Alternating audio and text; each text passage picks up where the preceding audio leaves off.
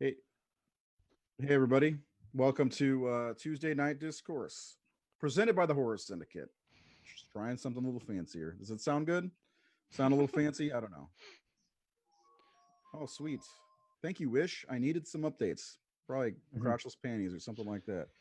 Or worse. They've got some weird stuff on Wish. You guys just scrolled through Wish just to see what's on there. Yeah, I buy It's things on Wish. Do you? Yeah, I bought a whole cosplay on Wish that I put together. Stuff actually come? Yeah, yeah. I No, bought I a few always avoid things. it. I bought a really nice jacket that I was like, man, I really dig that jacket. So I got an XL, figured it'd fit. Came oh, back, it fit my son, my yeah. 11-year-old If son. it's clothing, buy the Yeah. biggest size they have. You, yeah, don't buy clothing from there unless you'll buy a 4X. I would fit in a 4X from Wish. But I've gotten a few other things. What was really cool is I got some Nerf darts, like I think 300 Nerf darts for $5. They Jesus. fit. They were like generic, but they fit right in the Nerf gun. We had a big ass Nerf war. It was fantastic. So welcome to Discourse, where we talk about Nerf darts and Wish. Anyway, um, tonight we're missing Jared. Currently, I believe he's on the highway heading home, rushing, getting as fast as he can to get there. We've got. So I missed the whole conversation. It looks like you're changing your room around there, Keith. Yeah, it's going through a bunch of shit. It's a Okay. mess right now. I try to get this giant desk out of here. So All right. used to be over there, so used to see those cases, but it's gonna be fixed eventually. Makes the room look bigger. It is. It does. All right. Then Seth is with us. He had a lap dog a few minutes ago, but the dog is gone now. I don't even want to know what happened. Say hello to everybody. Hello, everybody. Okay. He's like the kid you try to get talk to your like older pals, like as a 5-year-old. Just like say hi, hi. I went through that today with taking my daughter to get her Chromebook from school. She was all weird and wouldn't say anything to anybody. I was like, just don't touch anybody. Um, and then, of course, we've got Nathan with us. Hey, everybody. Oh, I didn't have to prompt him. Thank you. You don't have to push. You don't have to push me. I'll talk. All right. My camera's like super blurry for some reason. I wonder why. Michael looks good. So does Freddie that you never see. Focus. Oh well. Okay. Yeah. If you're gonna yell focus, just mute the mic and then yell We don't focus. have a focus puller in our budget. So. Yeah. So tonight, as I talked about, if anybody's joining us from the live stream I did before the show, I was super hyped up about the Hills Have Eyes. No, I'm more excited. I cannot wait for Thursday. So if you're gonna come back, I mean, if you want to come back on Thursday, we're doing a commentary for Nightmare on Elm Street 3: The Dream Warriors. That'll be a lot of fun. But tonight we are going to focus on at least the first Hills Have Eyes movie and the 2006 remake, which I spoiled and said I liked it better. I think it's better on the live stream. So there you go. Let's talk about the first one. How does everybody feel about the first Hills Have Eyes? I think I know how Seth feels. Nate, give us your insight on that first Hills Have Eyes movie from '77, the Wes Craven classic. The Wes Craven classic. I was never a huge fan of it. Um, I do like it, but it's not up there high on my Wes Craven list. Um, I just think because of he was very. Wes didn't really know how to make films when he started. I mean, he came to even being a film fan, or not even seeing movies until he was in college. And he's even said that, like on Last House on the Left, he really knew nothing about filmmaking, and even said on this one, um, he credits the DP for really what what shots he has and all that stuff. I think he's underselling himself in some ways. Also, the movie has such a low budget, um, but the attention, the storyline, I really like. Even though it is pretty much his Texas Chainsaw Massacre movie, Mm-hmm. is what he was making. Um, so back out to those people who say everybody has to be original. Well, our I love Wes, but his first two movies are kind of knockoffs of other people's movies. Yeah, so, um, it's true. but The Hills Have Eyes. I do enjoy it. It's one of the best fucking titles. Like Yeah, it Glass is. House on the Left and The Hills Have Eyes are great movie titles. You and I had a great conversation about how we love great titles like that Yeah. a long time ago. Yeah, I agree with you. Yeah, that title, that like there were some really great titles like that, and The you know, House That Dripped Blood. yeah, The Spit on Your Grave. Those type Yes. of titles are That Town That Dreaded Sundown. One of my favorites. I mean, just hearing the title alone, it just sells you. Yeah. What was Absolutely. the original title? I know they mentioned it on Joe On Bob's, Hills but Have I Eyes, can't remember what it was. Blood Relations. Blood, Mhm. yeah. Oh, that's Yeah. clever too. Yeah, but this doesn't hit as well as The Hills Have Eyes. I mean, that has so many, I don't know, connotations in a way. My friend keeps sending me dad jokes to try to get me to react. It's like, come on, be professional here. Seth, Yeah, don't call me during when we're Fuck. live. I'm cutting out. Seth, you talk about it. Yeah, so I pretty much agree with everything Nate just said. I was talking to you guys about it last week. Wes's two, like we talked like after one of our shows about how Wes continued to improve the more he went on in his career. And his first two films, Last House on the Left and The Hills Have Eyes, they're kind of a little hard for me to watch. I do like Hills Have Eyes. I actually watched the original and remake back to back last week. That was kind of cool. I did that too. Yeah. Yeah. But it's much better than Last House on the Left, which I still am really just not into. But yeah, I don't blame you. I'm not a. I Last House on the Left. It's not my cup of rape. Yeah, I bought that back in 02, 03 when I first started really getting into DVD collecting. And I'm like, well, this is a classic. I know the title. You know, I know it's a Wes Craven. I bought it, I watched, and I'm like, Yeah, I have the original Last House on the Left. I still have not watched it. I saw It's the got a original in great- theaters because I'm remake baby. I think the opening's great, and I think there's a lot of cool stuff about it. I do not like the remake either, but like overall, it's too rapey. I don't know. I like it's a revenge story, but The Hills Have Eyes. I do agree with both of you guys, and Wes just gets better up to Nightmare, you know, and then he made Shocker and ruined it all. No, Hey now. just Josh. Jared's back with us tonight. Here he is, Jared Laterno, probably pantsless again. I am. Don't It's a hot us. day. Great.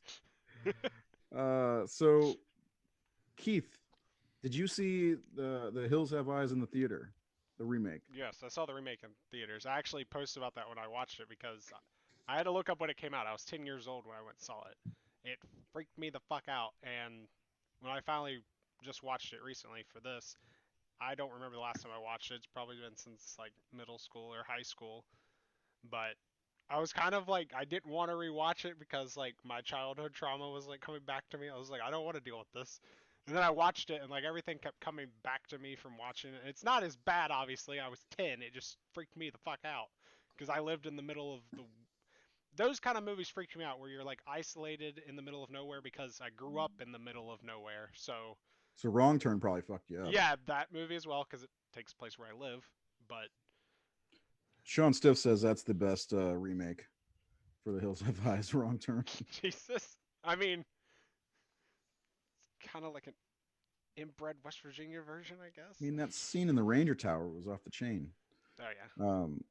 No, this is the first time I've seen the original though.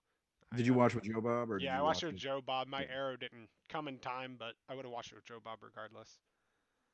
Yeah, Michael Berryman was on there, and he's great. I don't know if you guys got the chance to watch the Joe Bob, but Michael Berryman is a great. Seems like he's a very interesting fellow. With his, he doesn't have sweat glands and all this different stuff, weird stuff. Yeah, Yeah. I didn't know any Like of that. What Yeah. did he have? Like 20 some deformities? like 20, 23, Yeah. right? Because parents were like over in after Hiroshima was dropped, Mhm. right? Like that's Yeah. what they Yeah, came his from dad that. was near Hiroshima, and he brought back radiation with him. Wow. And it affected him while he was in the womb or before he was in the womb. Like it got to him that way. But I think he's got a bunch of brothers and sisters, and they had none of that stuff, I believe. He doesn't have fingernails either. But Yeah, no we all know hair, who and he his is. cranium is like they had to do some surgery on his skull or cranium. Yeah. And I heard him say a joke on a Q&A once. He said, "Yeah, my dad told me that I was smart, that I could figure stuff out because I had a brain because he knows because he's seen it." He's a great guy.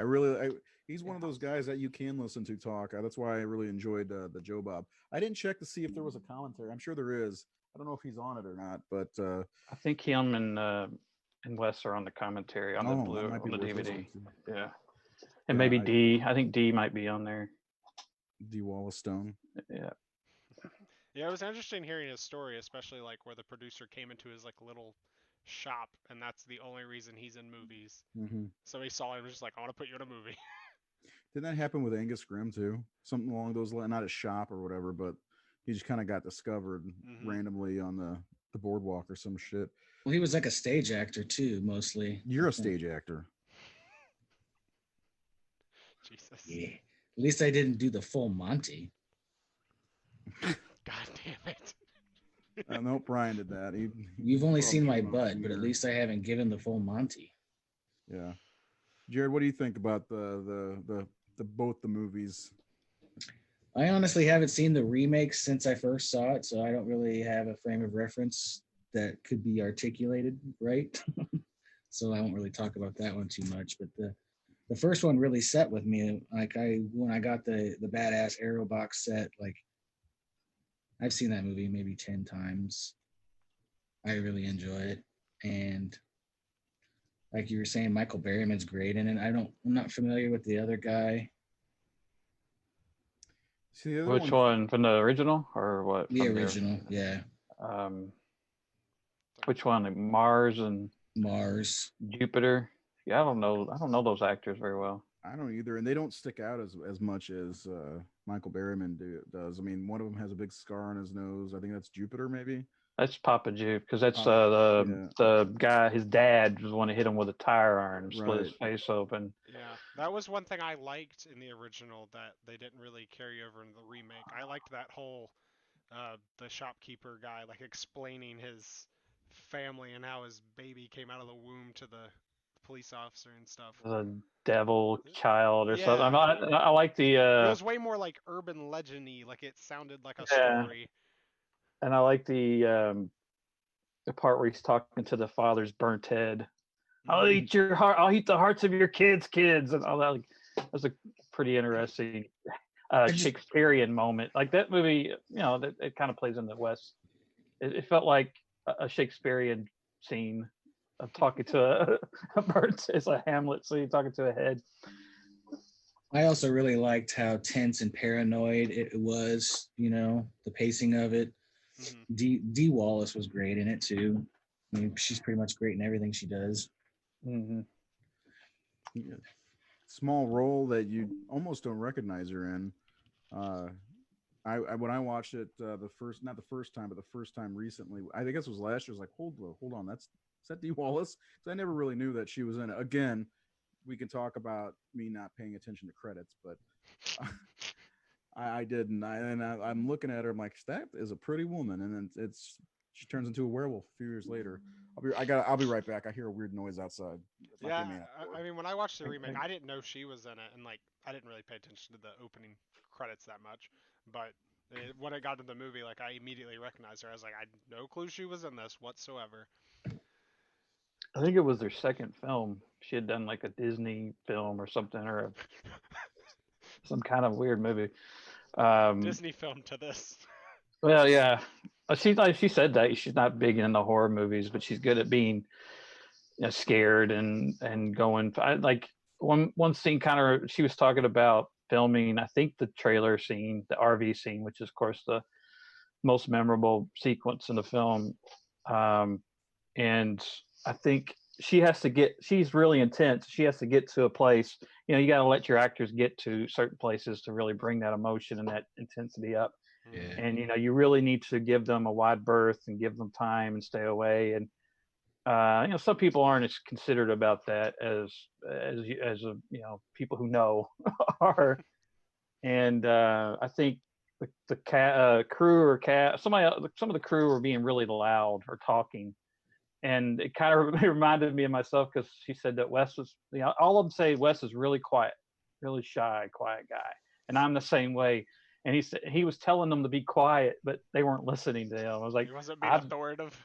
every film I'm ever on, like if I got to tell people, hey, it's time to go, or hey, can you be quiet? Like I don't yell it because I'm just I'm not that way. And sometimes I'm ignored, and it's like I always say, you need a first AD to be the asshole on set to yell at everybody because that's what they do. To wrangle everybody, yeah. Yeah. So, but that reminded me of all the times I've had to like, all right, quiet. And I'm like, just keep talking. And she goes, everybody shut up. Like that. And I know I had an actress do that one time where they weren't listening. Yeah, you have to have those people around who don't give a shit. Yeah, I mean, and it's the same thing. Like people attack like Christian Bale for when he blew up, but I get it, man. He's trying to find something. He's trying to be in the moment and create this thing, and people are walking and not respecting it.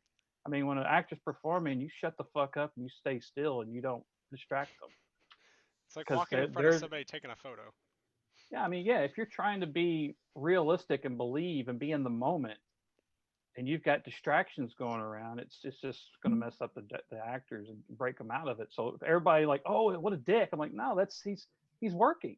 It's like, it's like somebody heckling a comedian or that type of shit where you're fucking with their flow and their rhythm and their a musician playing on stage and you're fucking with his performance or and on the other hand, you could be Russell Crowe and hit somebody with a phone. That makes you a douche. Jesus. I was saying, going back, you mentioned the RV wreck. That was one thing I liked way better in the remake, is how the RV wrecked. Because in the original, wasn't it just like a rabbit they're trying to avoid or something? And then in the remake, it's like he has literal tire strips, they set him up. Spikes. Yeah, like it just it works in a realistic way better. Like I get some people avoid rabbits. Like I grew up in West Virginia. If a rabbit's in front of you and it's hit a rabbit or wreck, you hit the rabbit. Right. I mean, and he's like a veteran cop. I figured he wouldn't care hitting a rabbit. Fuck that rabbit. I think I agree with you. I like it better. It seems, well, I mean, think about they're being set up from the gas station. Mm-hmm. Yeah, it's different, a lot different than the original. Because the original, he like didn't want them to do anything with it. Yeah, don't go there. Yeah, he's the crazy guy at the gas station you're supposed to listen to. So it's a little bit different. Yeah. I wonder if there was an end of the road. Like I really like that in the remake when they go off the search. I don't remember. Like as soon as I watched the remake, everything from the original was put right out of my head, and I'm having trouble like pulling it together. There wasn't an end of the road thing in the original at all. Yeah. So, but I like that in the remake. You saw all the parked cars and it's like, look at all this shit I found. It's all new. Again, you know how many movies they could have made just because of that? Oh yeah. Yeah, and then the addition of the bombing craters in the desert and that's where they're hiding them. Yeah, that's I haven't even said that yet, but the remake's my favorite horror film remake of all time. It's got to be one of the best. It's definitely one of the best. And I don't usually run into people who don't like it. Most people will like rank it up there high. As far as like the 2000s remakes, because everybody goes to The Thing and The Fly and all that, but Hills Have Eyes is generally a very well-liked movie, the remake. Mm-hmm. And it's one of my favorites. Of the 2000s. I mean, it's no Fog remake, that's for sure. Yeah, it has no candle to that. Back to that. No Amityville horror remake. It does have a lost actress in it, like the Fog. I will say. Who was in Lost? Huh? Who was in Lost? Yeah. The girl played Brenda in the remake was on Lost, wasn't she? Really? I don't know. And one of the girls in Fog remake I can't remember. It's been so long since I saw Lost. Is it foggy? It's a little foggy on me. I don't want to like throw the original like in the dust because all I can think about is stuff from the remake. But, Good pun. My favorite thing in the remake is the score. Like it is awesome. Like it's all over the place. It's like a rock western kind of score. It's got those weird electric guitar like riffs going on in it.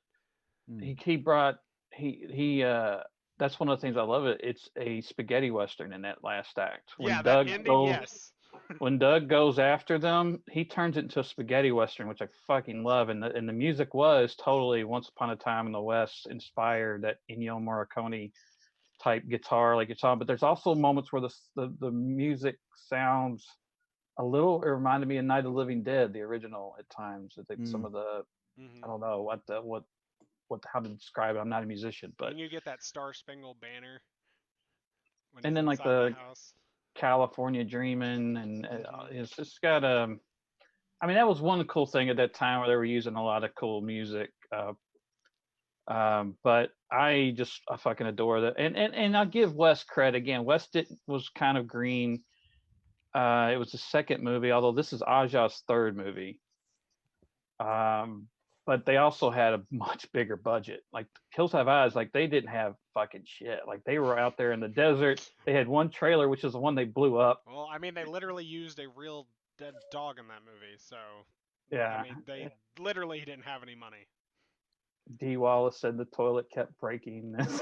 Like they had nothing else to use, and you know, they were hot. Michael Berryman talked about because of his problems. He like Jared said, he had no sweat glands, so he could get heat stroke very easily. Yeah, he couldn't control his temperature, so they had to like keep him covered when he wasn't like, just because it's so hot out there. That was the funny thing in the Joe Bob episode with Hills Have Eyes, is he was saying like he was the outdoorsman on the set, like everybody else like hated the heat and hated the outdoors. He loves the desert too, because I think he lived in the desert. Said he lived out there. Yeah, he said him and his brother would like go hiking and camping out there or something. Yeah.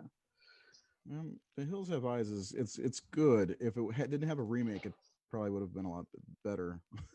It made a lot of money for the modest budget. I mean, well, I think if you're ranking it in the 70s, I think it's up there in it should be in like a top 20 of 1970s horror. I would put it there, not top high 20 for sure. Not not in the top 10 or anything, but like maybe lower teens, like not close to 20. I'm gonna throw 17 out there. Let's say it's number 17. I'd feel comfortable with that because I do think it has a lot of relevance, and it does have a cool.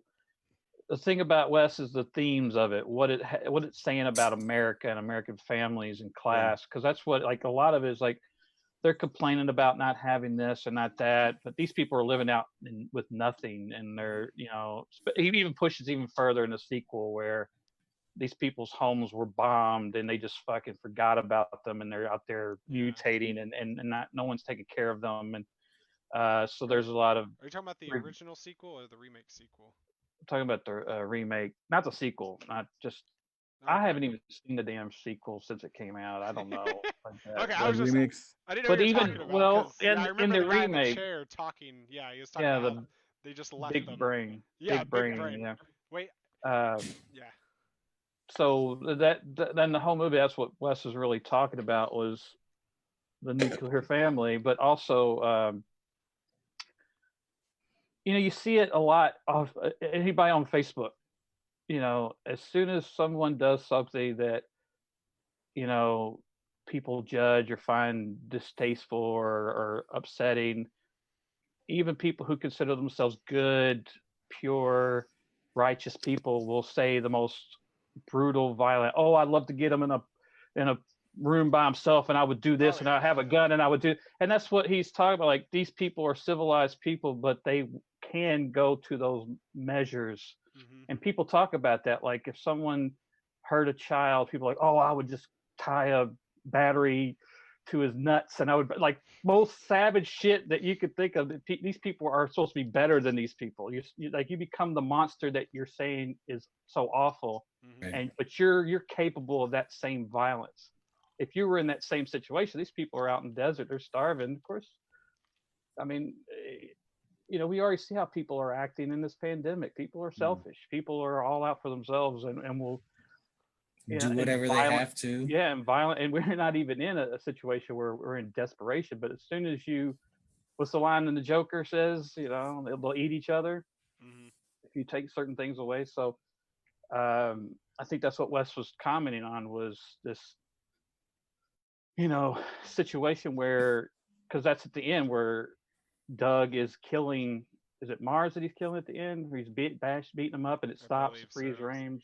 Yeah, I You believe know, so. it's like Wes is like he's realizing that he's become what they are. Mm-hmm. Like he realizes he's become savage, and Hmm. it even goes into Doug in the remake where I mean both the movies he's the passive character who goes to those lengths because not really out of revenge, but they took my baby. I'm going to go get my baby. You know, like that's what I like about that story is it's not Starts primal instinct at that yeah point. because I kind of feel like because someone talked about that and I said I don't I think because someone said they should have killed the baby. A friend of mine said they should have killed I the saw baby. that comment thread going on. Yeah. And I said, no. And apparently, like, that was a conversation on the original film, and Wes was wanting to do it. Yeah. And Mike Berryman said, you killed the baby, I'm walking. And, like, apparently the whole crew said, if you kill the baby. And D Mhm. said, you have to have at least at the end of the movie go, thank God they didn't kill the baby. To have You a know, relief. But I said, to me, if I was a passive guy like Doug, which I am in many ways, and I found my baby and my wife dead, I'd probably put that gun in my mouth before I go hunting mutants. Like I wouldn't. Like to me, the only reason he went out there was to get his baby. Yeah. Like Didn't have a choice almost. it wasn't revenge. It That's was why he I'm kept going to get my pushing child. too. Yeah, I mean, that, that's yeah. one of the feeling I got in the remake more than the original is that he kept pushing to get to his baby. That Mhm. was his driving force. And if you kill the baby off early on, that's not going to happen. You lost your movie. Yeah, he literally goes through hell for her, for his child, and, Yep. and I think It- most parents can relate to that. And that's what, no matter how passive he was, and he goes out there with a ball bat. He's going out there fighting tooth and nail, and that's what I like about this genre of film. It's not slashers. Same with Texas Chainsaw, I Spit on Your Grave. Um, it's survival horror. What will people do to survive, to live through it? We saw like the torture porn movies kind of walk that balance as well, like movies like the Descent and Hostel, because even in Well, this Hostel, came out right at that time. It kind of gets lumped yeah, in there sometimes they too. they fit in there. Mhm. I think the torture porn kind of walked that line of survival horror because even look at Hostel, where Paxton gets loose, but he chooses to go save that girl, and then at the Mhm. station he goes to kill that guy. So there's still this I'm becoming the monster kind of legacy that's in that genre. That whole train station scene was out of control in that movie. Yeah. God, so I just thought about her seeing herself and sorry. So yeah, the I've always alternate loved, ending. The alternate ending of Hostel was way different. Yeah. I mean, it was pretty much the same, but like Paxton like kidnapped the girl, his daughter. and High Tension kind of kicked it off in some ways where Marie goes after the killer, even though before we know the twist.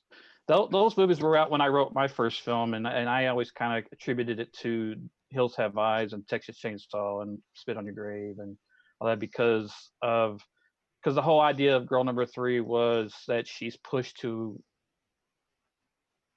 fight for her life and fight for others when she's just a normal person. How far can you push someone? King of the Ants. Very good one. Stuart Gordon's movie was a big God. influence because in that movie it's about you take a normal guy and you beat him and you push him far enough, you turn him into a monster. He becomes the monster, and so that idea of that's what we're seeing in stuff like Hills Have Eyes is they fuck with. I mean, these people are desperate and they fight back and they stand up and they set booby traps and they try to kill them off. So I love that element of The Hills Have Eyes. It's not a bad movie at all. It's just I think it's just hurt by its lack of budget and lack of getting the dog love over there. Yeah. You know what, Is that- Seth? is that If you're in Beauty the or- desert, you're gonna want that beast. Is that Beauty or Beast? Yeah. No, that was my favorite part of the entire remake was Doug going to get his baby because like he just got smarter and like more brutal as he went. Like whenever he kills, which I found out some of their names, but Cyst, he's the guy with like the big like neck brace thing Yeah. going on. He puts that pickaxe through his freaking head. That's Greg Nicotero. Yep, I was about to say that. Playing that part. Yeah, I love when he flips the Yeah, pick over. he just It's a great like, shot. throws it Man. in the air and twists it at the same Yeah. time. To me, the whole thing with Doug is what to me elevates that remake Mm-hmm. Well, I better also than the like that original. you kind of don't like him in the beginning of the movie. Like he's just a kind of a douche. I liked him the whole time. I like him the whole I time. did did too. not. Yeah. I did I like not. So you're kind of a douche then. Wow. So you like the cop father-in-law treating him like an asshole. Well, that's kind of like I most think guys that live around I think here he's are like made. that cop. I think he's made to be more likable than because that guy is just the kind of guy I don't like. Ted Levine. I love Ted Yeah, Levine. or whatever the fuck his name is. Buffalo Bill. Down to Buffalo.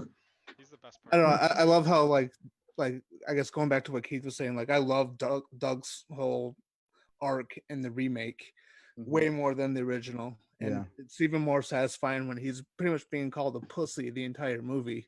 And then the whole third act happens and he fucking takes a beating.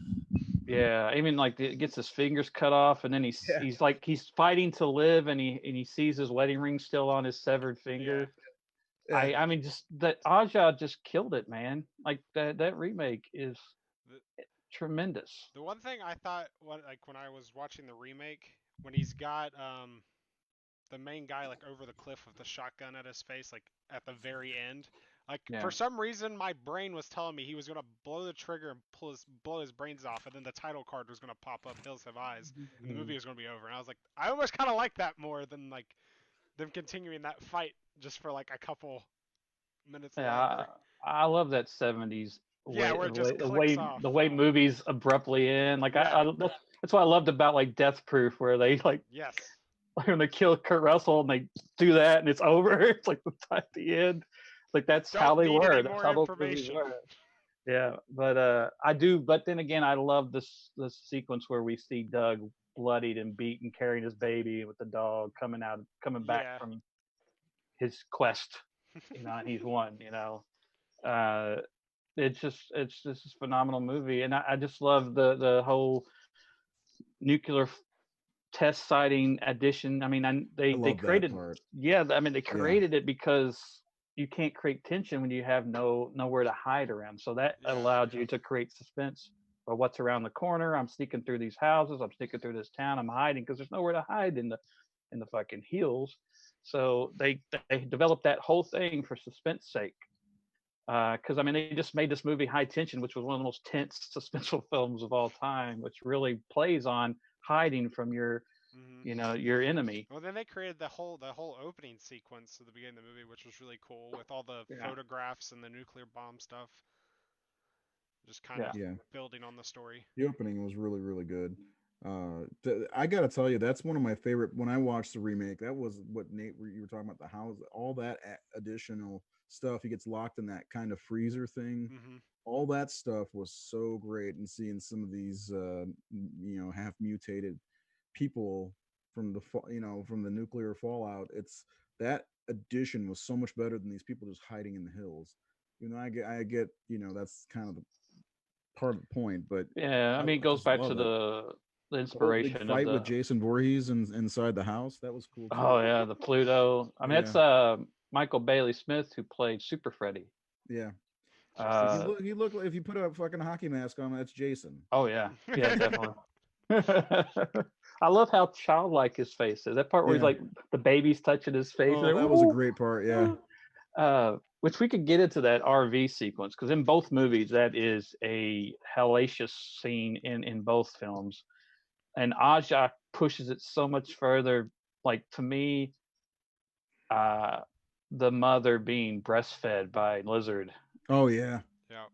That is, and her performance in that scene is everything's in her eyes, and you can see it. Where he's like, when he grabs her face, and she's like, look, and then when he's breastfeeding from her, like just to look, and like she's doing whatever she can to save her baby at that moment.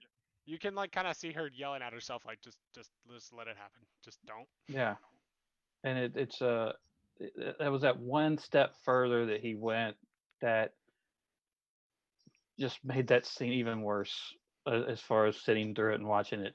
And then the addition of that last gasp she has when Doug's over her and she That was really good. rises up.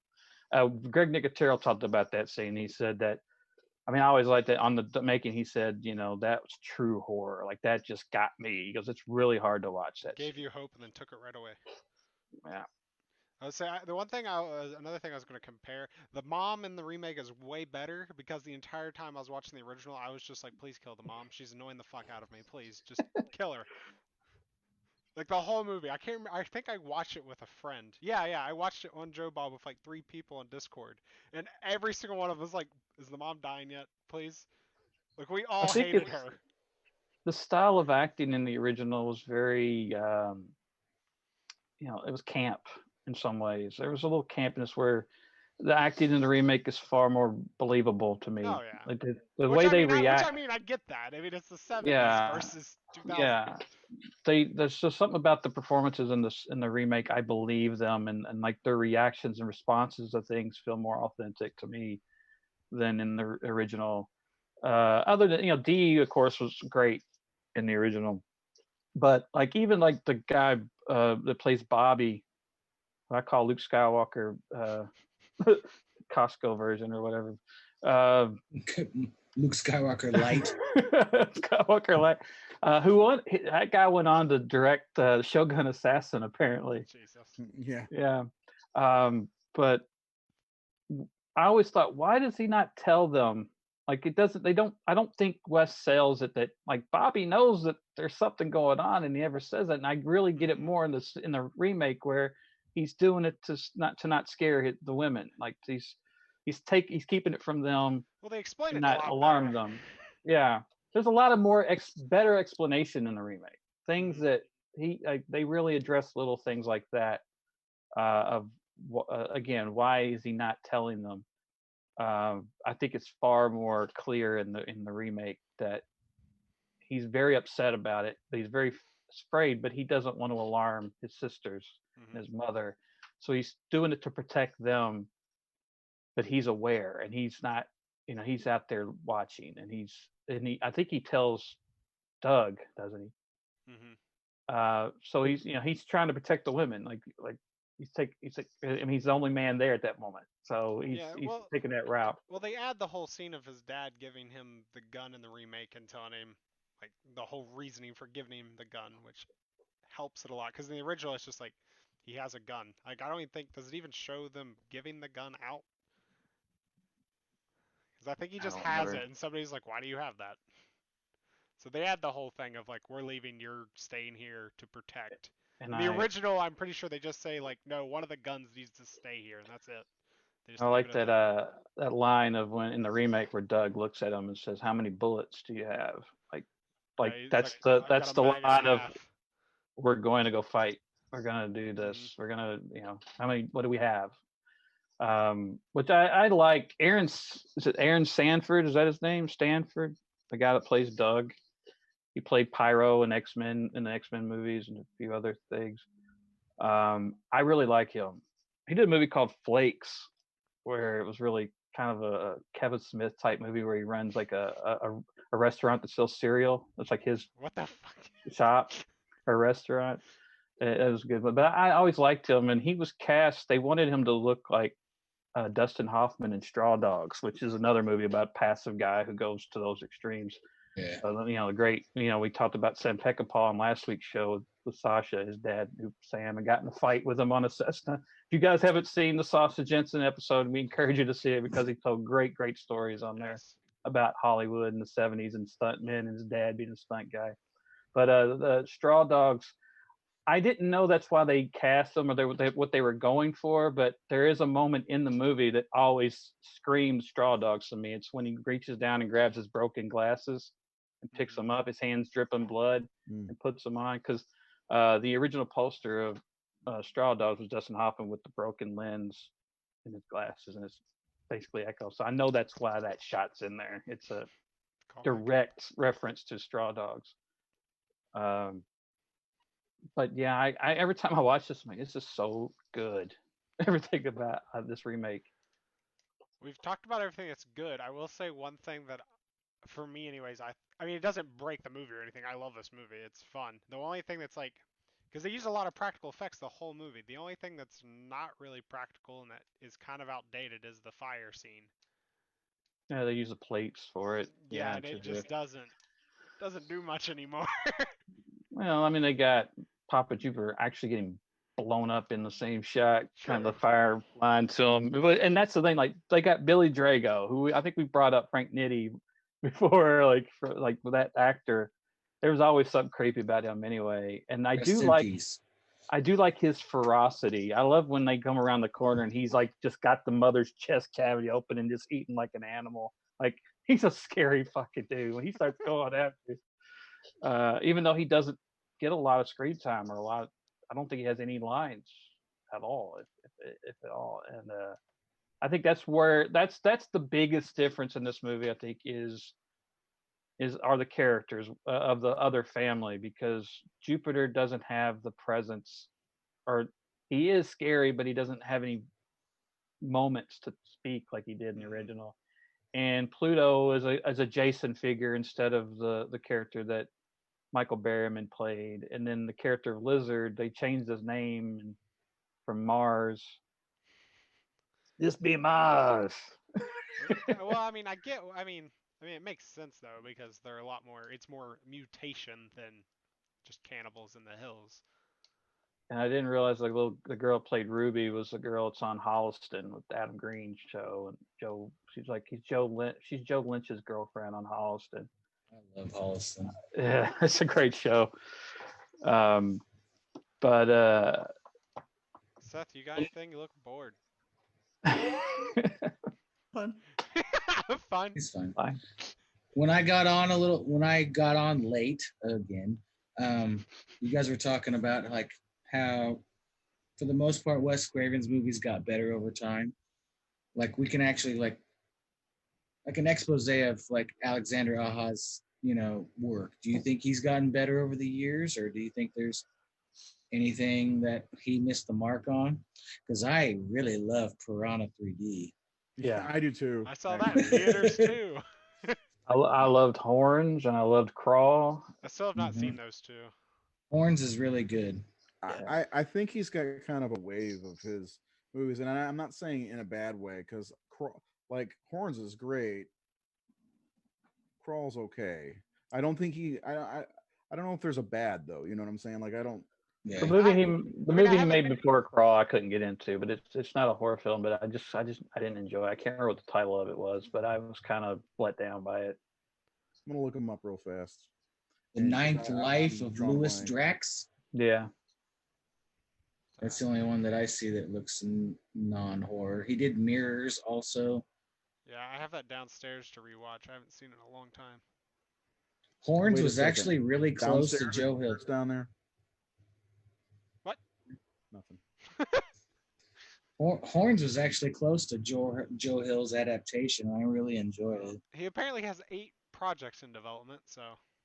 The thing about him remaking this movie, because a lot of people talk about the remakes, they were cash grabs and they had no passion.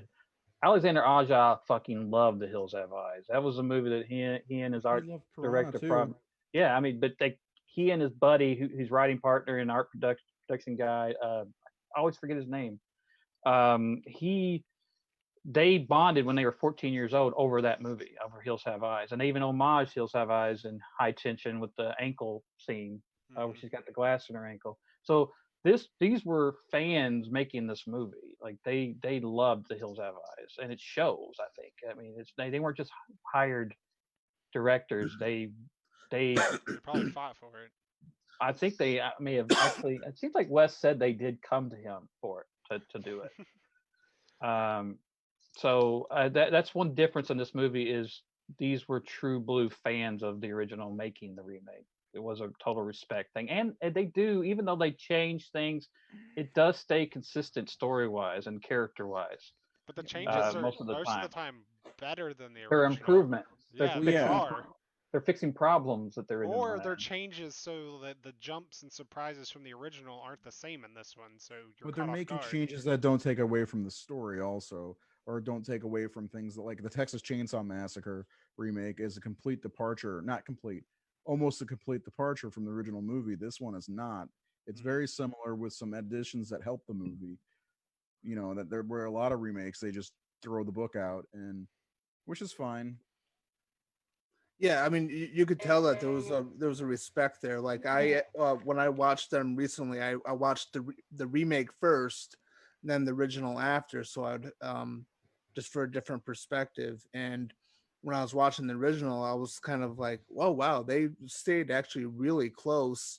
They just fixed the, they improved upon a few things, but for the most part, it's a very similar movie. They handled it with respect towards the original material."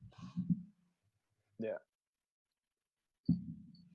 Do we have any comments from Facebook land? That's what I was trying to check.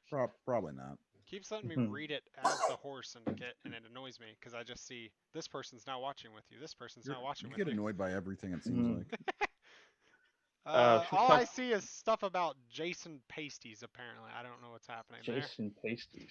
What is going on? That's because I said Jared probably pantsless, and they're like, "Oh, you should do the show naked." And Oh, maybe God. Pasties and Jason Pasties. Yeah, it we went talk- to a kind of a dirty play. I mean, Chris Hall's involved. Come on, are we surprised?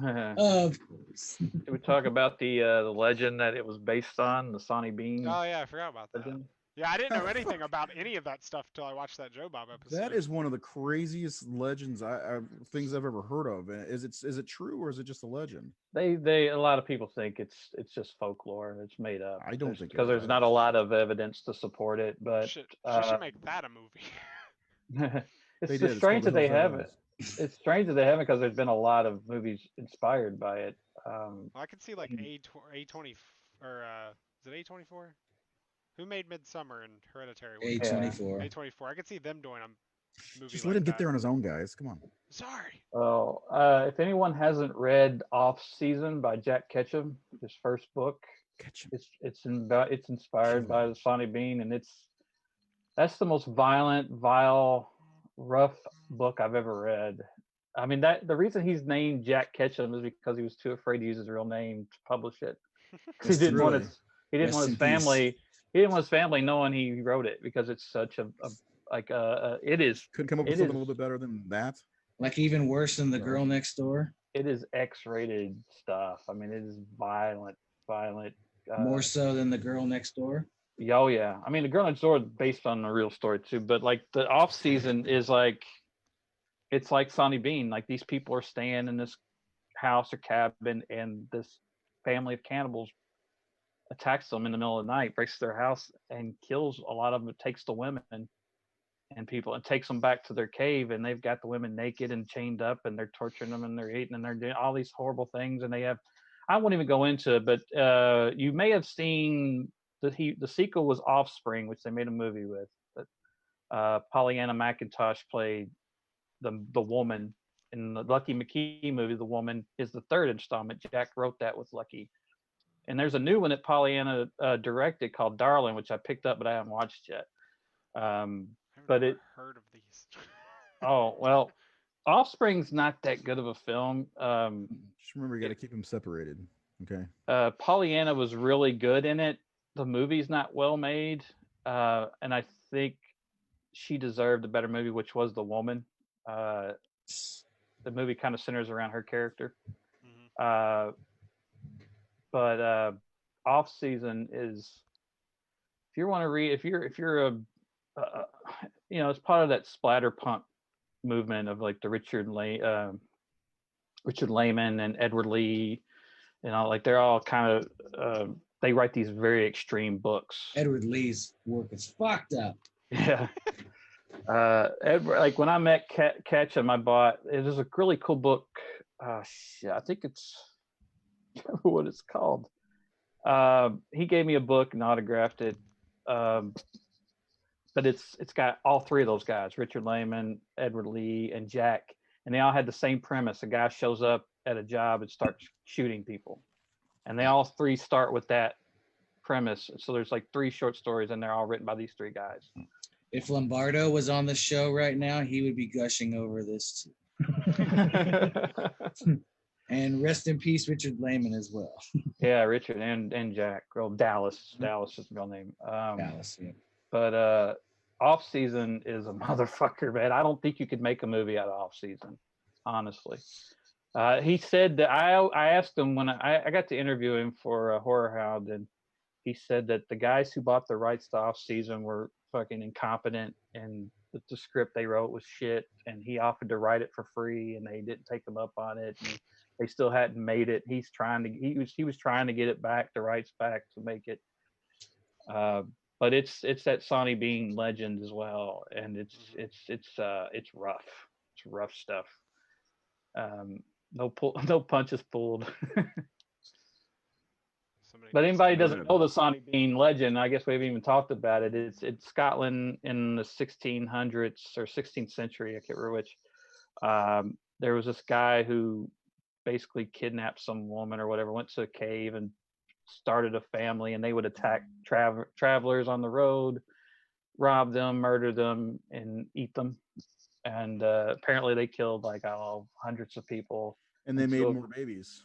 Yeah, made more babies, and then like and their babies made babies. The king sent people out there to hunt them down and kill them all, and they did. And, did they kill them all, or I thought there was like a trial for one of them or two of them? No, there was no trial, because that was the thing on Joe Bob. They're talking about they cut the guys' penises off, and then like the girls got like ripped apart, and they killed all the babies because like back then it was believed like if one person in your family does something that vile, then like you're all infected with that evil or something of that nature. And that was what inspired Wes for this movie, was the fact that what the civilized people did to them, cutting off their penis and doing all those things. So like civilized people. Yeah, these civilized people like tortured and castrated and did these horrible things, probably with smiles on their face and cheers. So yeah, because those were evil people. They were demons. Yeah, but at the same time, it's like you're going to the same level as the person you think is evil. Mm-hmm. You know, just you didn't show any mercy to them. Of course, they didn't show any mercy, but his revenge. They were just trying to survive. Yeah, just saying. Yeah, they were just eating. They have no food. But yeah, we had to talk about the legend. So. But yeah, I mean, it's one of the really good kind of. I don't know if it's a legend or if it's real or what, but it's one of the better ones of all time. I didn't know about it again until reading up on this years ago, and then of course Joe Bob put his little spin on it, was really nice. If anybody hasn't watched the Joe Bob Hills Have Eyes, it's still on Shudder. It's very good, very informative. And plus, again, Michael Berryman's in there. It's under Dinners of Death. Yes, Dinners of Death. Go figure. Another thing that we should talk about with Wes and Last House. I mean, as weak as Last House is, as far as filmmaking wise, I don't. In some ways, Wes doesn't like, because Texas Chainsaw gets a lot of the credit for that brand of horror, but Last House kind of beat it there. Mm. You know, like we have to give credit to where credit's due. That Wes and Sean Cunningham kind of got there first in some ways with the level of brutality and violence and real violence, because that's what they were doing. They were showing real violence as it happens, as it really is. And you know, I think I heard the story. Wes said that Sean went and saw The Good, the Bad, and Ugly, and felt like violence was never depicted on screen the way it really is, because you know, in The Good, the Bad, and Ugly, it's like you know, there's no consequences, but like it's more honorable. And yeah, but in Last House on the Left, like when they do this to these girls, and then they're like, the scene, what makes Last House, the best thing about Last House is a scene after they've murdered them and they're just disgusted with themselves, and they go away from each other and they're washing the blood off their hands, and they're realizing what they've done, and they're kind of sickened by their actions. And that's one of the things that I think he did well on that film. But the thing is, people said that movie glorifies violence, but he's like, I don't think so, because I mean, they get killed at the end. He goes, but is that glorification of violence, or is the westerns that we grew up on glorification of violence? Because in westerns, people like guys are gunning down people left and right, and everybody's cheering. Everybody's like, "Yay!" You know, They're punching and fighting in bars, and yeah, like violence happens, and there's no consequence in those movies. Like the good guy, apparently, the good guy killed the bad guy, but that's not really the reality of it. So Wes and Sean were trying to show how violence really happens and how ugly it is and how it has consequence and it has weight to it. It's not just Arnold Schwarzenegger kills 100 henchmen. Those henchmen had lives and families and that kind of thing. Like I always thought that too, and I watched those. It was like, but like we just kill all these nameless people, but they're all real people. They have mothers and fathers and children. And I'll go a step further and ask myself, why did they take this job? yeah, I want to wear black and carry a machine gun and walk around a. Is that in the job description? You may get a saw blade to the head. That's why I love was it the Venture Brothers where they had the henchman characters, just like some main Life as a Henchman. I haven't thought of Venture Brothers in years. Oh, this was a good show. But that's what I do. That's the thing. Like we can't gloss over Last House and how, even though Last House is a ripoff of The Virgin Spring, which came out even longer before with Ingmar Bergman,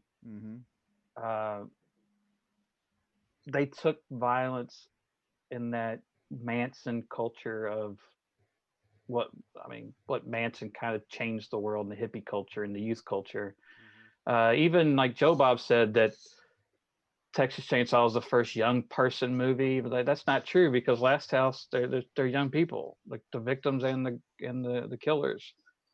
So I think there's a little like forgetting that Last House got there before, and then there's other movies that kind of got there before Last House.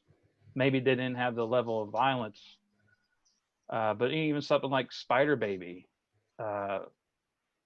That inspired House of a Thousand Corpses came before that.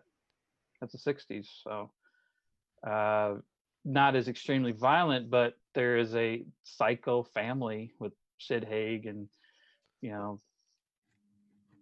Lon Chaney Jr. and like the whole creepy, wild family. We all take from I everyone. don't think I've seen that before. How old is that? I think it's on Prime, I'm pretty sure. Because I remember looking it up because I think Nathan mentioned it when we did the Rob Zombie movies, I think. Sounds like a fake movie. I don't know why, but the title sounds like that. Is that real? It's a really good movie. The guy, Jack Hill, who made, Coffee and, all those like Pam Grier movies and blaxploitation movies. Yeah, it came out in the 60s. It's black and white too. Wonder if it's on Tubi. It's definitely worth checking out if you haven't seen Spider Baby.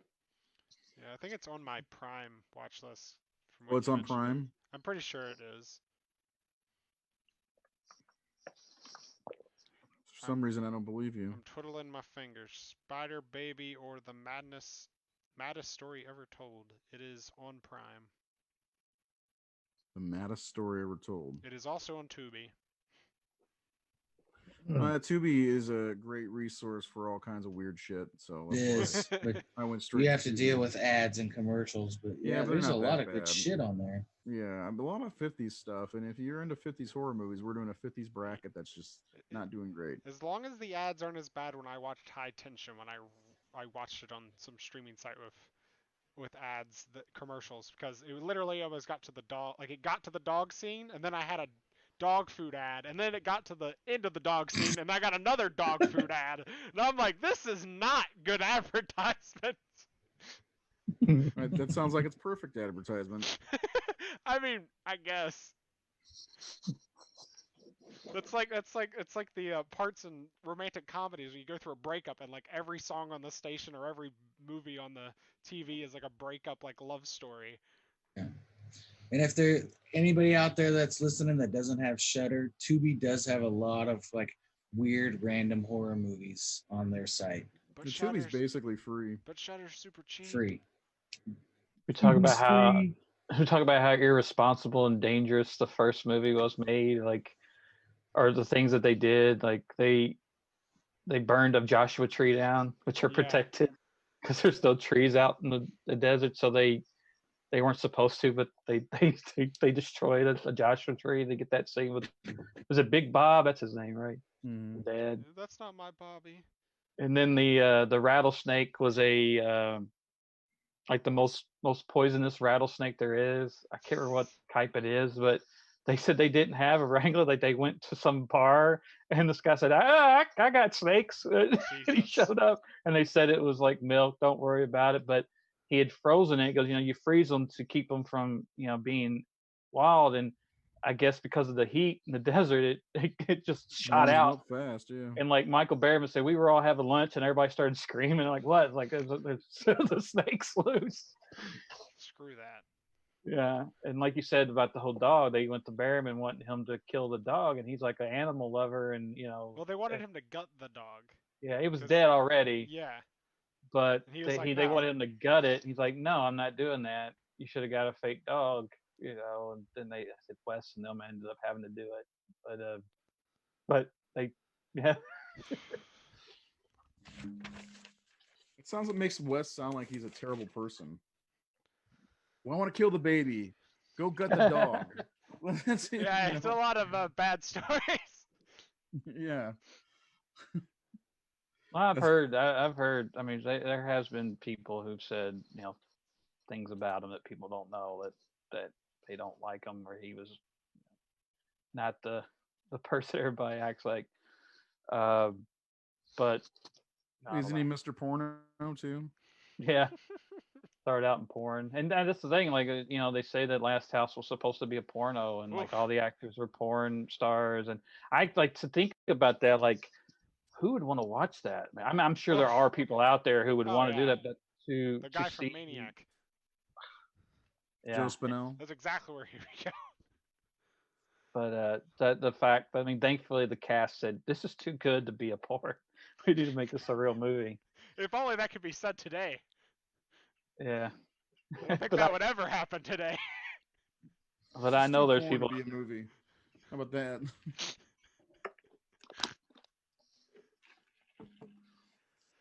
Oh. Yeah, The Hills Have Eyes. I mean, I don't know, man. I gotta be honest with you. When I really did forget about the original movie after watching the remake, but it's just I feel like it's kind of forgettable and gets against the remake. It's one I just made a remake bracket because I want to see how our fans feel about it. That's what I was doing just now. I was making a remake bracket. I got a remake bracket because I want to see if it would make it anywhere. I mean, I think we'd all agree with you. The remake is way better than the original. Yeah, I think I it mean, is.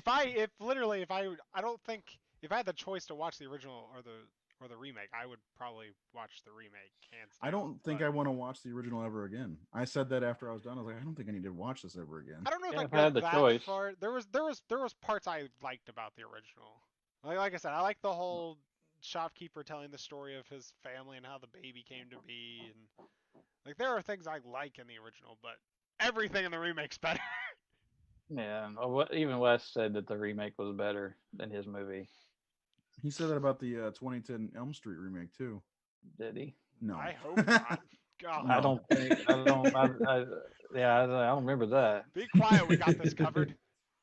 But he just said he met with them, and he liked the idea of these really talented filmmakers taking on that story, because he really liked High Tension.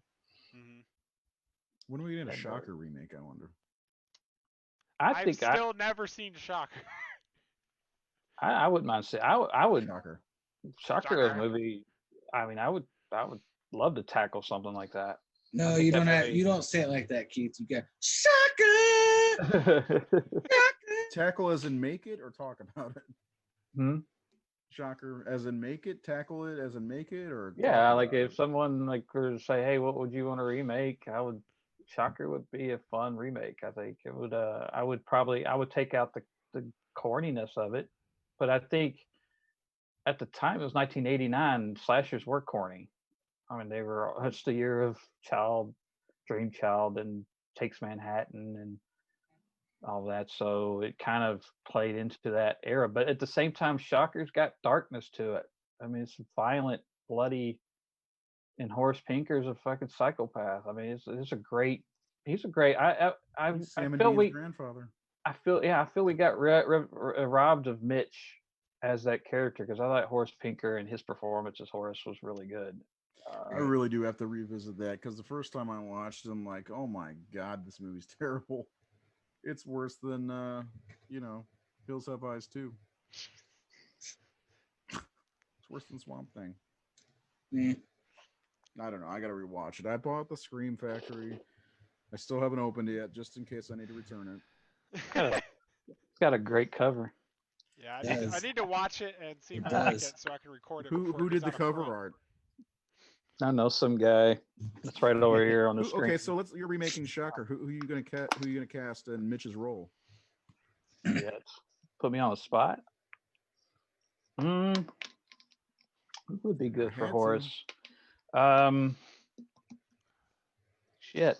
Somebody that's menacing and abusive would, Yeah. Apparently, I'm abusive, so I'd have to think on that. I could see Woody Harrelson going super dark.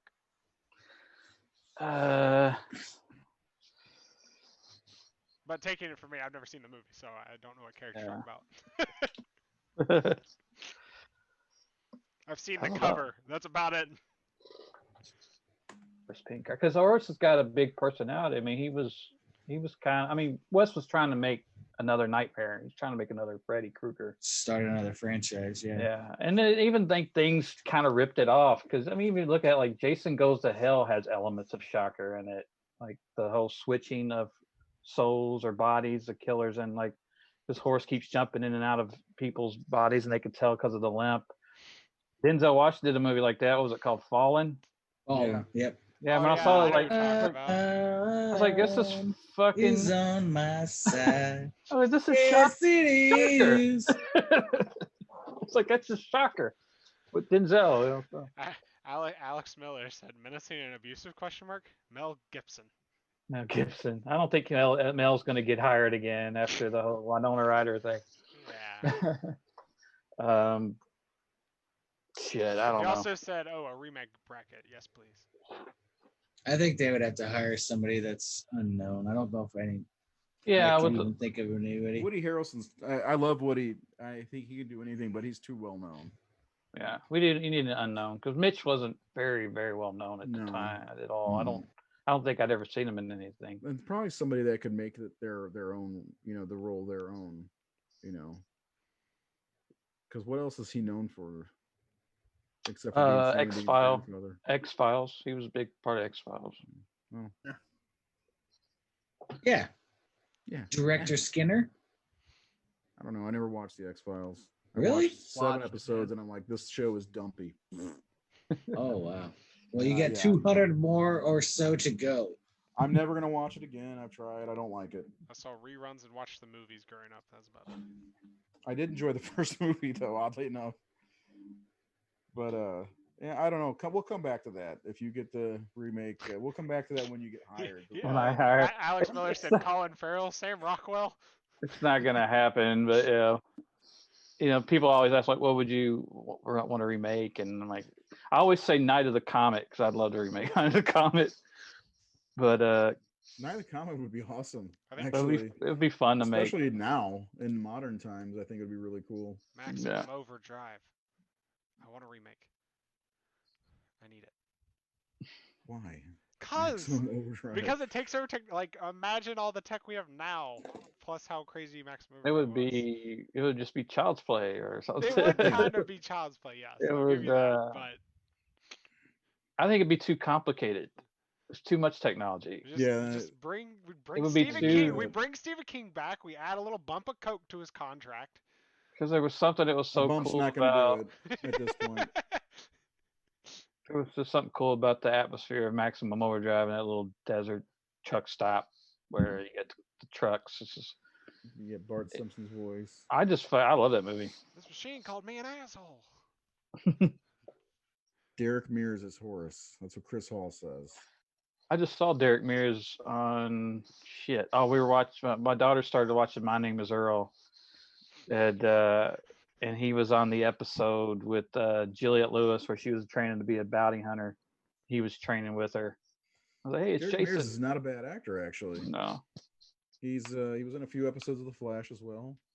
Of course, known for playing. Well, I don't know if he's known for it, but he played Jason in the remake. Did a fine job. I love his Jason. His Yeah, I did character is too. like so over the top in is it Hatchet 2? I can't remember which movie he pops up in. But his Are we going to character cover is- that? I want to cover the Hatchet series, by the way. I watched, just ordered all of them, so Victor Crowley the other day, man. I really like those movies. I really like Adam Green a lot, and I could listen to him. I'd love to talk to him because he just have we messaged seems him? like he's one of us. I can get a hold of him because like I said, I've met him, and I actually did the T-shirt for him and Joe's. Was it the Crypt? What's the show they have? The Crypt. They have a podcast together. Oh, I don't know. He's the pajama. I know show what you're or talking whatever. about, but I can't remember. I don't know. I did their T-shirt for Fright Rags for their show. But Adam and Joe are just so down to earth and cool. I met them in Chicago about 10 years ago, right when Halston premiered, and just really cool. I mean, Adam was supposed to write I did a series of art books called The Monsters of Madman, where I took classic archetypes and characters and redid them my way. Hmm. And the first book, Victor Miller wrote the introduction, and I did like a Pamela Voorhees alternate, take on her. And then on the second book, David Stevie, who created Leslie Vernon, did the intro. So I did a Leslie Vernon alt. And then I was talking to Adam about doing a Victor Crowley in the third book. He was going to write the introduction to that, and I just got way too busy, and I never got that book done, and never got back with him about writing it. Boo! Yeah, gotta work. But Adam would be fucking great because he's definitely, again, real fan, true fan of this stuff. One of the Loves it. boys. Mhm. He's man. one of the boys. I still No, love that story of him in his first meeting with Kane Hodder to play Victor Crowley. He asked the agent if he could bring all his Friday the 13th stuff for him to sign. He's like, no, do that later. So even if he says no, can I still bring all this crap? what was that joke? I love that joke on Holliston where Kane was on there, and this like the girls are like, what's a horror convention? And they're like, oh, it's like a bunch of geeks and like movies and panels. And Kane Hodder, because Kane used to do every fucking show. Like I think when I started doing conventions really heavily, like 2010 to 2015, and I swear Kane was at 75% of them. He was like that. He was just like a regular. So it's when I heard gotta that, be better than Robert. when I heard that, I just laughed because like it's true. Kane Hodder's at all these horror conventions all the time, and he's always popular though. People love Kane. Yeah, and he loves his fans. Yeah, he which is entertains. pretty great.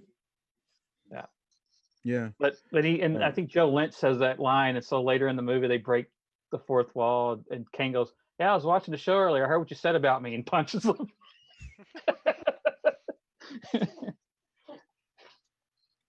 So we're gonna try to get Adam Green on the show. I would love to talk about the Hatchet movies. Apparently, Alex Miller doesn't like Victor Crowley. Seth needs to watch them. Seth, you never seen the Hatchet films? Don't My expect favorite- like a great works. of I art. told him, I was like, just have fun with them. Like they're just sit Yeah. down and watch them. I actually First one's fun. prefer Frozen. I think that's my I was- favorite film of his. Frozen's great. I was gonna Like say the- that Frozen's my favorite Adam Green movie. That's just the hipster thing to say. I Nah. prefer Frozen. over- It was Let it go. Yep. It Oh was wait, his- wrong movie. When your grandmother buys you the wrong copy of Frozen. I wonder how many times that's happened. 0. I think Oh, I'm it's sure the it's same. happened. They ordered it on Amazon. I still want to see him do a Friday movie. Yeah. If it came to somebody getting chosen to do a Friday 13th movie, I'd Well, like if he's to see going him to do do it it. Friday the 13th, he'd have Kane be Jason. I'm sure Kane would come back for Jason for that. What about him doing Freddy versus Jason? if there was ever another Freddy versus Jason, I think could he'd see be good that. for it. The thing I like about him is one of the things he talked about was in making the Hatchet movies. He talked about all these horror movies that were funny, but not intentionally funny.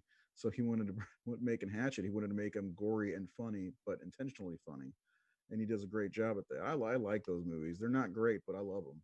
He's Me too. horror made by fans is something I just like how really they great. connect. That was the thing I was telling Seth. I was like they literally connect back to back to back. Like movie ends, movie starts. And then Danielle Harris is a big part of them. We could always talk to her about that. Get them both on at the same time.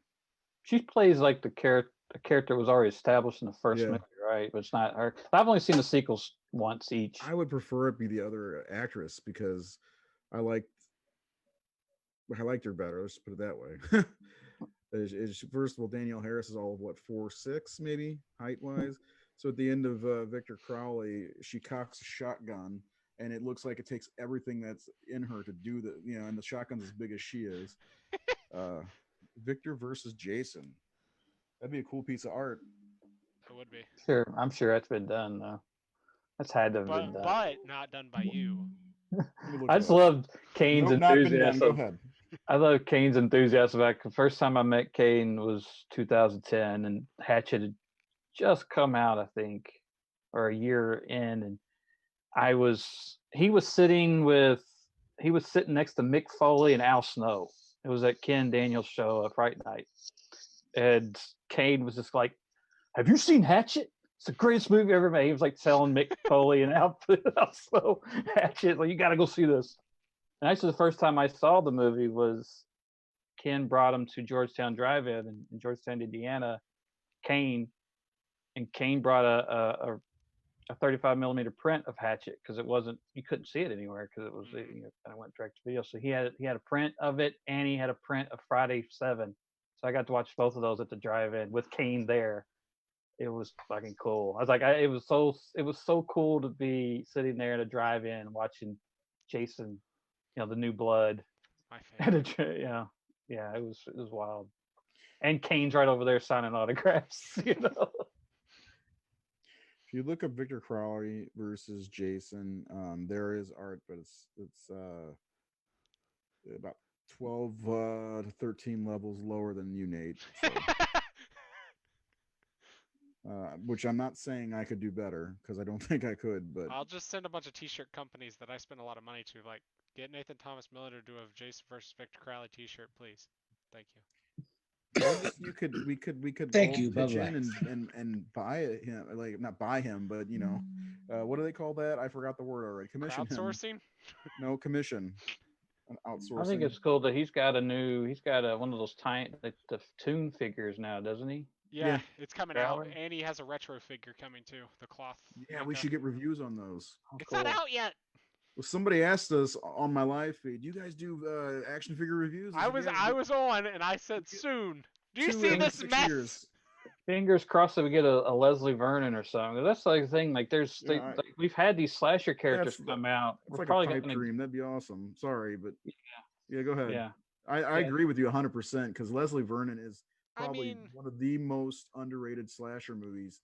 Period. Visually, he's a lot cooler looking than Victor. Yeah. I love his look because it's I do very, too. very unique. well, I Victor's think hard to look at. if Victor Crowley can get a figure, I would say Leslie Vernon could, especially since Well, Leslie Vernon had a Scream Factory. Leslie Vernon release. couldn't even get a sequel. Yeah, more people saw Hatchet. True. Yeah. And it's Kane Hodder, and But even though Randy's probably like, I like Leslie Vernon. I'll try to make a figure. And plus now NECA's starting to do live pre-orders now for products, so they know how many they have to get to sell. So that's a new thing they're trying to put in process, is like a figure they wouldn't think would sell well. They can put it for a pre-order and be like, oh, it's got enough people pre-ordering it, so we can make this. That's a great idea. I know that was it Kenner was doing that, or whoever, Probably. not Kenner, but like McFarlane, he did that for the new Spawn figure. Well, I remember the Black Series. They made a Jabba's sand barge. Yeah, that was cool. Scale, but it was like one of those things where it was for collect. I remember that. And it got made. Yeah, But it was like like $500, Yeah, $600, it was something like absurd. that. But they knew that Walmart's not going to have that on the shelf, so we'll sell it directly to the people who are willing to buy that, Mm-hmm. and there are people out there that will. Well, yeah, I mean, even Todd McFarlane did a That's- Kickstarter Yeah, for that a Spawn. Spawn figure, and I mean, they could probably do something like that. I would love to see a Leslie Vernon come to, but we'll see. And I think we already have Art the Clown before we see that happen. Yeah, Trick or Yeah. Treats don't know. It's unfortunate. That's a movie that really needs not Terrifier, but Leslie Vernon. It needs more. Love. It needs no offense to your comic, but it needs its sequel because it's left off. I even thought about that. I got to draw Adam in that one, Adam Green, because Adam's a huge Leslie Vernon fan. Why doesn't and he make it then? Why doesn't he try to make it? I don't know, but We'll ask him. he's in David and Scott wrote him. He was going to be in the sequel for Leslie Vernon, so I drew him in the comic as this. He's like the head, because in the sequel they're making a movie based on Leslie Vernon's murders, and So it's like Adam Scream Green. shit. Yeah, Adam Green. Yeah, so Adam Green was supposed to be like the studio. So a movie about the movie. He's the guy that like comes in and checks out and will cut the movie and kill it if you're Yeah. spending too much on it. But so the Hatchet Man, that's what he's called. That's what they call him, the Hatchet Man. So Hatchet Man. Adam Green was supposed to play that part. That's clever. So I did get to draw him in the comic a few times and used Adam as the model for it. But yeah, it's a shame that fucking movie wasn't made because the script was really good. Because it's like they're making a movie. Robert Englund's character is much more involved. Oh, that would be great. I don't want to give anything away if people haven't read the comic or if the movie ever does happen. But Leslie comes back and he's involved in the film and they think he's going to sabotage it. And like Taylor has like her own like To Catch a Predator type show where she's catching slashers. Like the very like it's funny because like this guy at the beginning's like breaks into the house and like he's killing kids and then or he's about to. Do you know what you're doing here? What? Yeah, she does. Like she walks in the room and they catch him and he's like, "Oh, you thought you were gonna be the slat," and they catch him and he's like, You thought you were gonna kill a 16-year-old girl Arrested. today, didn't you? Yeah. That would be hilarious. Jesus. I mean, it's great, and there were all kinds of cameos from like icons, and it's a shame. And what really sucks is Scott Wilson's not here anymore, and Eugene was a big part of it. And I love Eugene, and I don't know, but the comics there. Can you buy it anywhere? Like, is it? Oh, I can't remember. I always forget the website because I wish it was just Tell leslievernon.com. Keith so he can buy it Yeah. Yeah, I'll buy because it. he's gonna buy it. He buys everything. Well, this was a cool show. The Hills Have Eyes. We stopped talking about that in like 20 minutes. I mean, it's fine. I mean, there's a lot of stuff to get into. I mean, I got to be honest. Like, I wasn't really looking forward to talking about it after it's been out of my mind for about more than a week. I'm ready to, do the Nightmare Show on Thursday. I'm really excited about that, and got a lot of other things coming up as well. I forgot what they are. I was gonna read them off. Let's do final thoughts. Seth, you look like you're ready. I'm not even looking at you, but it looks like you're ready.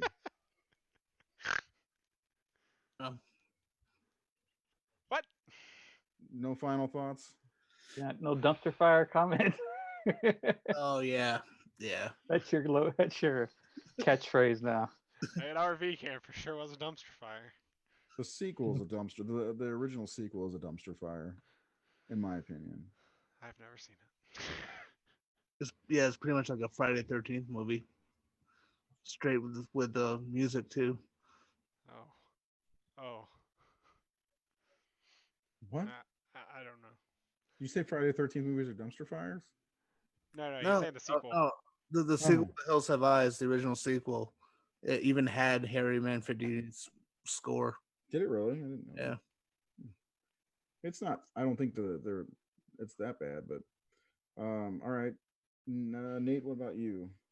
Any final thoughts on The Hills Have Eyes? We're putting it to bed after this. Yeah. Oh, again, the remake is one of my favorite horror films. It's just my favorite remake. I absolutely love Doug's descent. The whole spaghetti western turn makes the movie to me. That whole third act, like so much. I'm so invested in it. I hate it when they keep going back to Bobby and Brenda. It's like, Yeah, just you stay know with what? Doug. That explosion scene, it seemed like they were like, oh yeah, hold on, we got to get back to that. Yeah. Like we forgot about this. Let's add that back in there. But his journey is so compelling, and it just keeps going. It gets worse. He just goes through so much hell to get his baby back, and I think to me that's what makes the remake so strong. And again, Alexander Oz, he's a filmmaker. I fell in love with him when I saw High Tension, so I was ready to see this movie. I was so excited, and I wish over the years he was connected to certain projects. They were talking about after Piranha 3D came out, they were talking about getting him to do the next Halloween movie after Rob's movies ended because they were wanting to do it 3D, and he just done a really good 3D movie. And I would have loved to seen him take on Halloween, just because of his suspense, his love of building suspense and tension.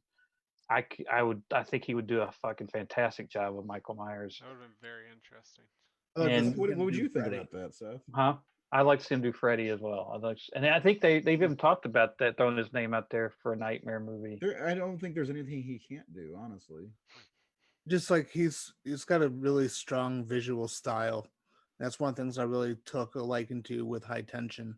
That's why I was excited when Hills Have Eyes remake came out, because I like him as a director and I like his style, and I think he would make a really fantastic Nightmare movie. Very visual. Yeah. Mm-hmm. Yeah. And he would do it with respect too, like he did with Hills Have Eyes. I think he would respect Wes's original material. Yeah. Again. To me, I would put Aja. If I had to say who are my favorite horror directors of that time, at that decade, new, he would be probably my number one at that time. And now, we've got people like Mike Flanagan really kicking ass, and Jordan Peele and Ari Aster, and like those guys are really. I put James Wan. I've really come to appreciate James Wan after The Conjuring. I wasn't a huge fan until The Conjuring. And then I go back and watch the movie, like, this guy is so fucking good at what he does. James Wan's another one I think can do anything. Great filmmaker. Yeah, he can. I mean, he's proved it. He did Fast and Furious, he did Aquaman.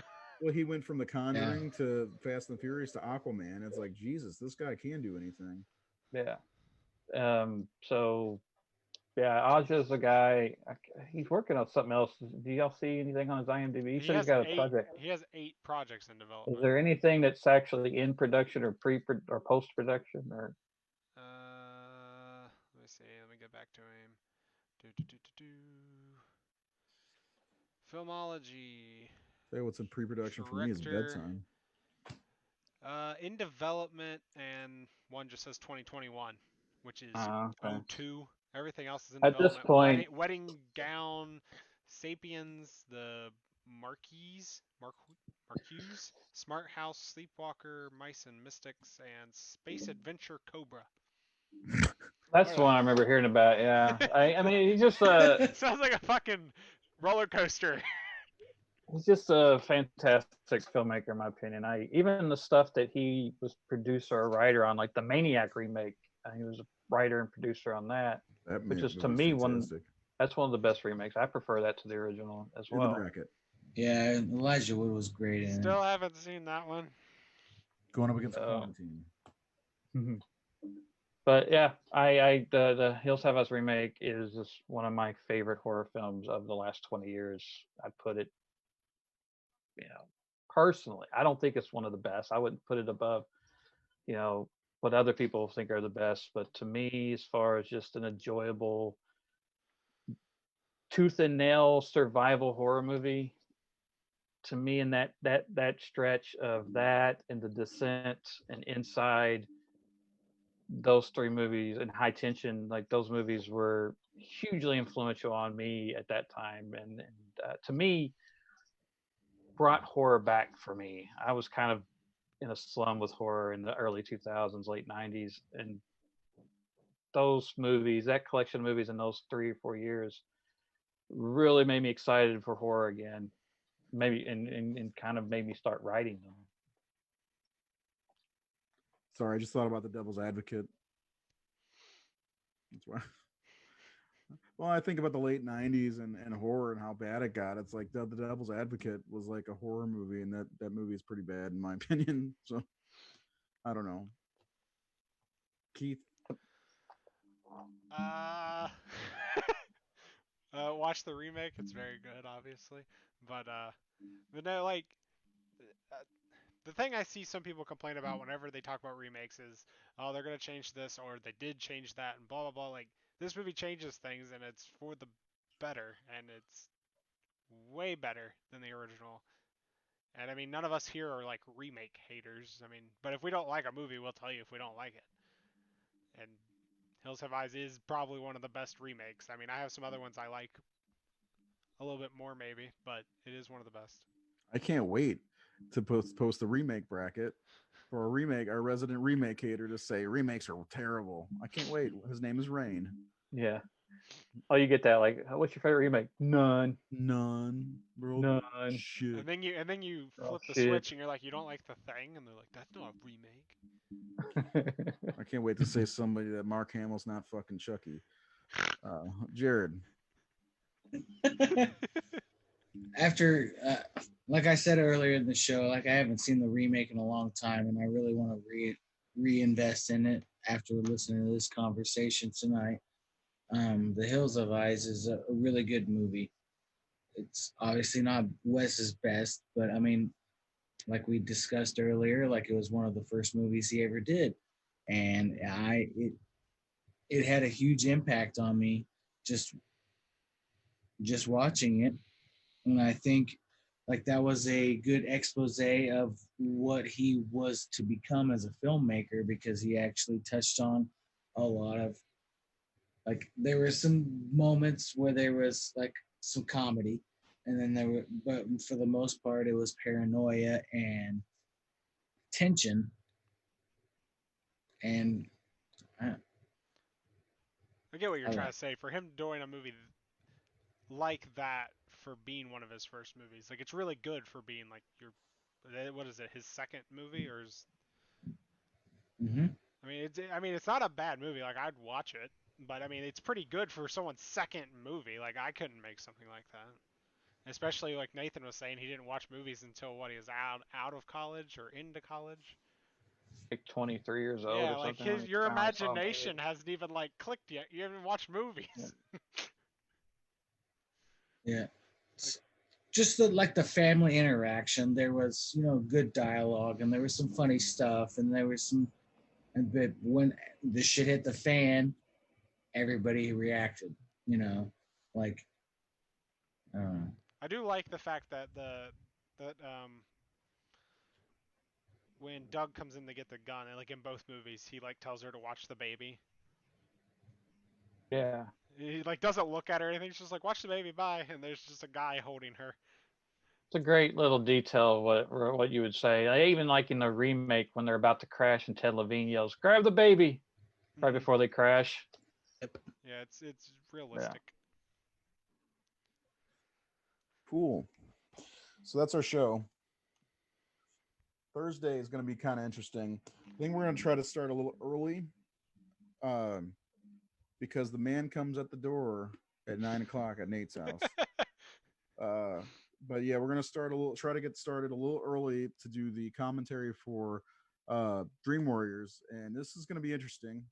It's going to be very interesting. So get your Blu-ray, your DVD, your streaming, whatever, however you're going to do it, ready to watch A Nightmare on Elm Street 3 Dream Warriors with us, and we're going to talk about it. You can chime in and chat with us while we're talking about it, and share your favorite moments, talk about Jason pasties, whatever it is you want to do. We'll read it aloud on the air while we're watching it. You won't see the movie itself. I want to make that clear because we don't own the rights to it, and unfortunately, VHS at Midnight got shut down. That was one of our old things. Got shut down because some asshole had to report it. Yeah, that should get taken down real quick. Yeah. Yes, it would. So join us. Get your movie ready. Get your popcorn ready. Unless you're like my brother-in-law, I think popcorn smells like piss, which is super weird. That's weird. I love popcorn. Jacob, you're weird. Yeah. I'm just gonna start calling him my brother. I like him way better than my actual brother. So we'll see you on Thursday. Please tune in. I will go live again, hopefully to get all you primitive screwheads to come in and watch along and hang out with us, because we like it when people hang out and talk to us. For Keith, Seth, Nate, and Jared, we'll see you next. No. We'll see you Thursday. This Thursday.